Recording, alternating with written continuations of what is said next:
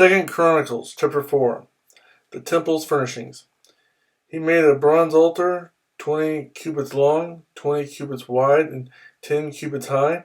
He made the sea of cast metal, circular in shape, measuring 10 cubits from rim to rim and 5 cubits high. It took a line of 30 cubits to measure around it. Below the rim, figures of bulls encircled it, 10 to a cubit. The bulls were cast in 2 rows in one piece with the sea. The sea stood on 12 bulls, 3 facing north, 3 facing west, 3 facing south, and 3 facing east. The sea rested on top of them, and their hindquarters were toward the center. It was a handbreadth in thickness, and its rim was like the rim of a cup, like a lily blossom. It held 3,000 baths. He then made 10 basins for washing and placed 5 on the south side and 5 on the north. In them the things to be used for the burnt offerings were rinsed, but the sea was to be used by the priests for washing. He made 10 gold lampstands according to the specifications for them and placed them in the temple, 5 on the south side and 5 on the north.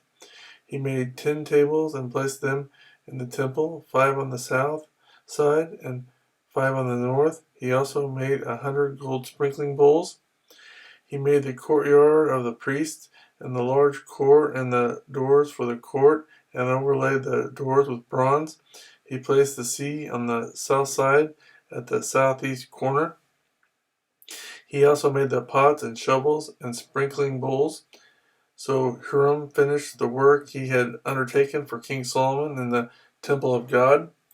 The 2 pillars, the 2 bowl-shaped capitals on top of the pillars, the 2 sets of network decorating, the 2 bowl-shaped capitals on top of the pillars, the 400 pomegranates for the 2 sets of network, 2 rows of pomegranates for each network, decorating the bowl-shaped capital on top of the pillars, the stands with their basins, the sea and the 12 bowls under it, the pots, shovels, meat forks, and all related articles.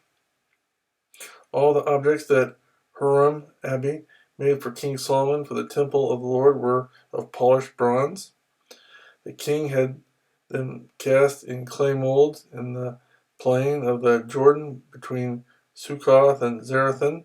All these things that Solomon made amounted to so much that the weight of the bronze was not determined.